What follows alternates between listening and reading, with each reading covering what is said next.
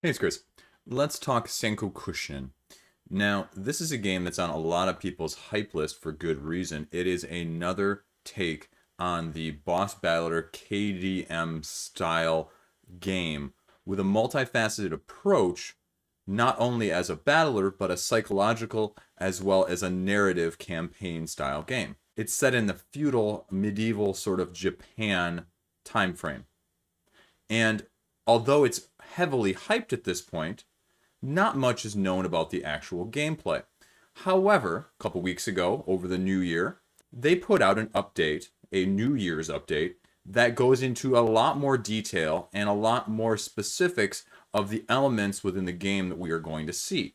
And so I thought it was worth giving a summary of this update with going through it step by step and my thoughts on it as well, so that people can get sort of a collated collection of information in one place. Because that, I think, is sort of the problem right now, is it's sort of spread all over the place. There's a little bit on Facebook, there's a little bit on Barn Game Geek, there's a little bit on their website. So let's take a look at it. Let's go through it. Let's talk about it, and let's see what you should be aware of going in and whether or not these elements are going to be appealing to you as a different take variant on some of the boss battlers that have already come out, that are pending yet this year in terms of delivery, like Oathsworn and Aeon Trespass Odyssey, but also upcoming ones like Primal the Awakening, Monster Hunter the board game, but just how those differ from this and what you're going to expect when this finally launches. There is no Kickstarter date known yet at this point, but hopefully we'll get more information soon, as they just did a Kickstarter, I think last month in December, for one of the giant miniatures that this company is known for, based on the mythology that's going along with this game, as a tie-in for this game in the first place, because they also offered a deck for her, one of the female death goddesses, I believe. Let's take a look. Let's break it down. Let's go through it. So here it is. Here it is on the update, right on Axis Mundi's site. And they go straight into a lot of the background, a lot of the pretense, a lot of the flavor for this game. And first off, if you're not familiar with it already, this art is absolutely fantastic. The detail, the coloring scheme, it's just great. I'm not going to read this. You can read this yourselves. But it talks about the sacrifice, the 5 sacrifices a little bit, I think, that's going into behind the actual name of the game. This is just an absolutely fantastic picture of what I'm showing here. The detail work and the coloration scheme on this is fantastic. And if this is any reflection of what we're going to see in the campaign, you know the art is going to be top notch. It's going to rival things like Killforth, you know, that sort of thing. Again, more background, more background. Let's get to the good stuff.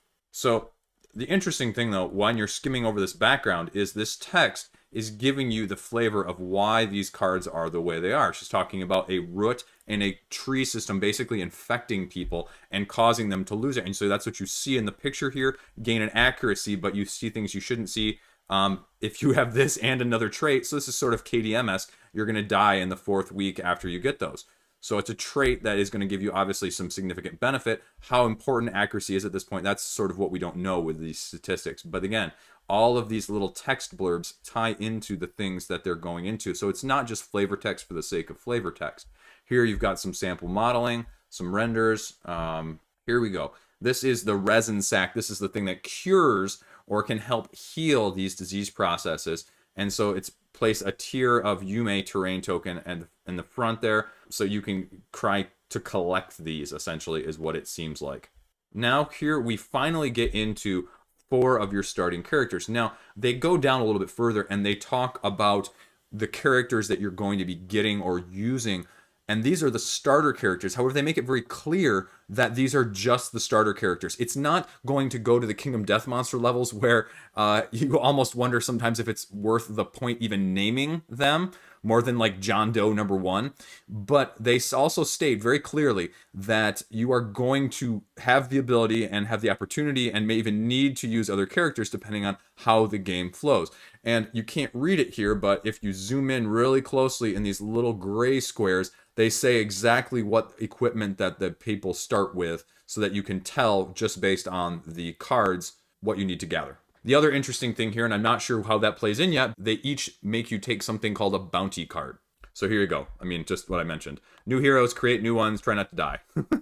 Try not to die. You gotta love that when that's less than a third of the way down the page. when they're already giving you that disclaimer. I mean, again, the art is a little bit graphic at sometimes with some of these. Just not exactly my, with the skulls and some of that stuff, but the talent is there regardless. Work in progress. So this is where you're actually going to see a little bit of what the battle is going to look like with one of the bosses. And you can see, again, as opposed to Primal, which is coming up, this is going back to the grid style. And so we have more emphasis on the grid here and the tactical nature of that. They make sure it's double-sided. It's always a good thing. So hopefully we'll see some differences with terrain or some element that makes the double-sided significant. So, and then we start to get into the interesting stuff, the stuff that is going to really set this game apart from others. We're talking about the abilities, the skills, the items that are instead, like on a lot of other games, focused on your individual character. Primal, you are tailoring your character to do a specific task in a specific way, just like in Kingdom Death Monster, where you're assigning people certain groups or sets of items or armor sets so that they have a specific role. And this is a little bit different because they're performing at their best only by coordinating with others. So here, if you're the last hero to act during the turn, you get +1. If you're the last hero to act during all the towns, you get a skill point. And again, not knowing how valuable skill points are, I'm going to imagine that it's going to be similar to Kingdom Death, where one skill point is actually relatively significant. And then you have a teamwork thing. If both you and your teammate declare and get damage while flanking, you each gain a skill point. So you're trying to coordinate with others more in the sense of camaraderie rather than the sense of you're just going to be the tank, I'm going to be the healer, I'm going to be the long-range person, it seems like, just from the get-go. And then they talk about this is the system that is sort of going to set this apart potentially, the psychology system. They mention that you are going to have multiple ways to interact with bosses. And that's true for bosses, but also for other minor NPCs or citizens within the realm of which you're exploring in the first place. And so you're going to have psychological, rhetorical skills. And so there's going to be a multifaceted, multi-layered approach to this game, like I mentioned at the beginning, that maybe isn't quite there in other games. Or maybe it is. Maybe you just want to call it something different. So I'm not sure what it's going to actually look like, but that's going to be the test. Is it just a Rose by any other name? Or is it actually something different? So these are all just, examples of ways to affect your teammates. And they're named differently, but they're basically almost like a buff for your team. So you get performing psychology on a 2+, I'm assuming that's roll. All your heroes gain +1 movement.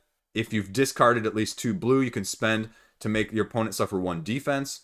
And then, this reminds me very much of KDM. You're spending 3 of a currency to ignore the next injury icon. So maybe there will be some sort of specific injury die or mechanism that, you're targeting a certain area, you take damage to a certain area, you need to block in a certain area.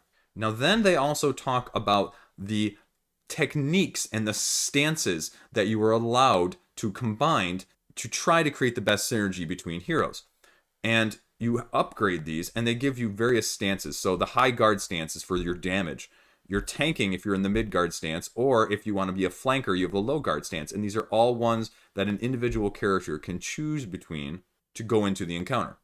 Now, this is per stance per an encounter, though. So it's not saying you can only have 1 red, yellow, or blue. It's saying you can have 1 red, 1 yellow, and 1 blue. You can only have 1 per of those stances. But how you're going to be able to switch between them and what mechanism and what penalty you may have to take to do so is not clear. Now, obviously within this kingdom, there are going to be factions. What kingdom would be complete without having rival factions battling for power, the throne, prestige, whatever it may be? And so this is them diving into a little bit of the 2 of the main players in these factions, Aizen and Katsumi. And so each of them lead in a little bit different way, and you choose who to back, essentially, is what I'm assuming. And based on what you choose to do, which faction you proceed to support at different levels within the city, when you're, I'm assuming, upgrading whatever your fort, the city itself, whatever differentiation, it doesn't go into that here, you're going to get certain benefits. And so it's sort of like the civilization side of Kingdom Death Monster done as a city in the first place, not you necessarily building the city from ground up like it is in KDM. Now, the interesting thing is it's giving you the ability to get new traits. It's giving also the ability to basically have a forge built in as well. Here is Aizan. And again, a level 1, a level 3, a level 5, and a level 7. So, I mean, different perspectives, different strengths, different ways to maximize what you want to focus on. And as they've said, that you are not going to be able to hit all of these elements within one playthrough. And so there's going to be differences, and this is probably going to be one of the big ones, I would guess. Now, what city and what game wouldn't be complete without the menace or the bad guy or the villain or just some sort of antagonist? Because I think this game is trying to make it more towards antagonist, but not necessarily black and white antagonist, and more like looming threat, looming potential conflict, not necessarily enemy you have to fight, you know, like in D&D where sometimes you get the group that always goes up and attacks first. Sometimes you get the group that tries to avoid conflict even in those harebrained extreme situations. And this game is sort of trying to allow you to do that. The interesting thing, though, in this case is unlike KDM, where you have those specific years where something has to happen, this has a menace that is looming, sort of like it's embers in the background burning, and how much you fan the flame or how much you let it smolder may determine what actually happens, because it's not forcing you to deal with it. You are given an option to deal with it versus dealing with something else. But the consequence is it's going to happen regardless. So how you mitigate it or how you do not choose to mitigate it is going to affect you no matter what.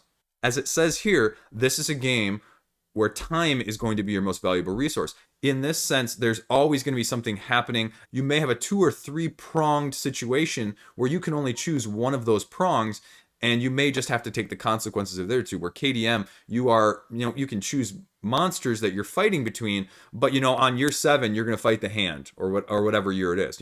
That's what's going to happen, and you either fight him or he kills a bunch of your people. It's that scenario, but it's just which consequence. This is giving you the option of just not even to deal with it whatsoever, but also pay the consequence.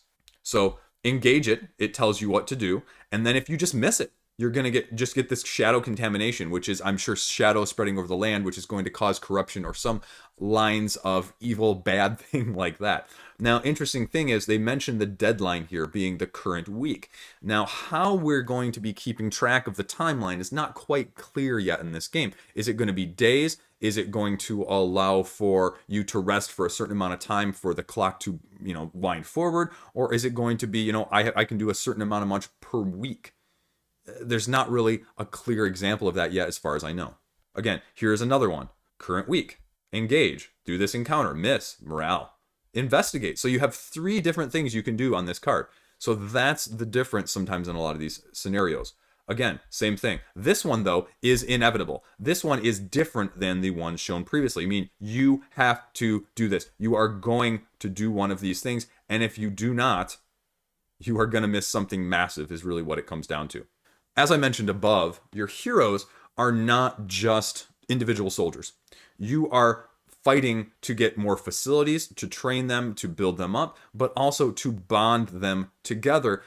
And I'm thinking that this is going to play on the psychology element that we just talked about at the top. So you can sort of see here, covered up a little bit, what the leveling system may look like. And what I'm wondering here, as you scroll down, you can sort of see you may have the ability to craft. You may have the ability to choose other events or things that may happen. And how these bonds exactly are going to work is not, again, very clear. But what's interesting here is it seems like every time you destroy a shadow in this case, and you get an intimidate, you're rolling and you're adding a voice, whatever that is, and so you're gaining material. So you're going to have things that your players or even your NPCs, because I can't really tell if all of these are NPCs or players or both. It looks like maybe NPCs, but you're going to get the ability to maybe bring these items to them, then to have these special items created for you, or the specialty of adapting events or influencing events in your favor. Now, the problem is, I'm not able to give any more detailed summary of this is because a lot of the keywords are just missing. We don't know what a lot of these keywords mean. We don't know what a lot of these keywords do. And once we start to know a little bit of that, you can probably piece this information together a lot better at that point. So 10 social bonds, I'm assuming, again, with this, notation here, that these are people that if you bond with them, if you make their acquaintance and, you're not an enemy, these are things that they're going to allow you to do, to build, to adapt to. Got these keywords down here, which I'm sure are going to come back to have a part in some manner of the game. Higher levels, higher abilities. Raising a social bond requires time. So maybe it's more like a faction where you've got different factions. Sometimes if you think of Morrowind, where you associate with one faction, you do more missions, or you do more positive things for that faction, you go up in rank. And that's what this sort of reminds me of now that they mention it that way. Now we're getting into the interesting stuff here. We're starting to talk about the weapons. What are you actually going to be using to fight with during these games? We've talked about all the other elements, the non-fighting elements. So here they've got an example of a bow. And so it looks like you're maybe getting 2 red die, whatever this one means, speed, weight, something along those lines. Again, it's not very clear if this is just 2 red die or a combination of red and yellow, or you're choosing between red and yellow. Again, range is 4 plus X, where X is the level of the weapon. Gain +1 move it if you are prey or predator. So again, I'm guessing that prey or predator is going to be those keywords along the lines of some of the NPCs and player characters and traits that we are going to be able to get, like in this area here. So now it goes straight into this hunt theme from the bow into sort of a predator, sort of a encounter type scenario type event where, again, this is, I'm assuming, sort of an AI card for whatever beast this is, and it's going to have certain aspects along the side here that will probably be explained in the future, maybe range, and maybe you're not affected by this if whatever this value is higher than 7, and, it's targeting, a specific person, minus defense, 2 tension. So there's elements here, again, that we don't really understand because all of these terminologies have not been explained.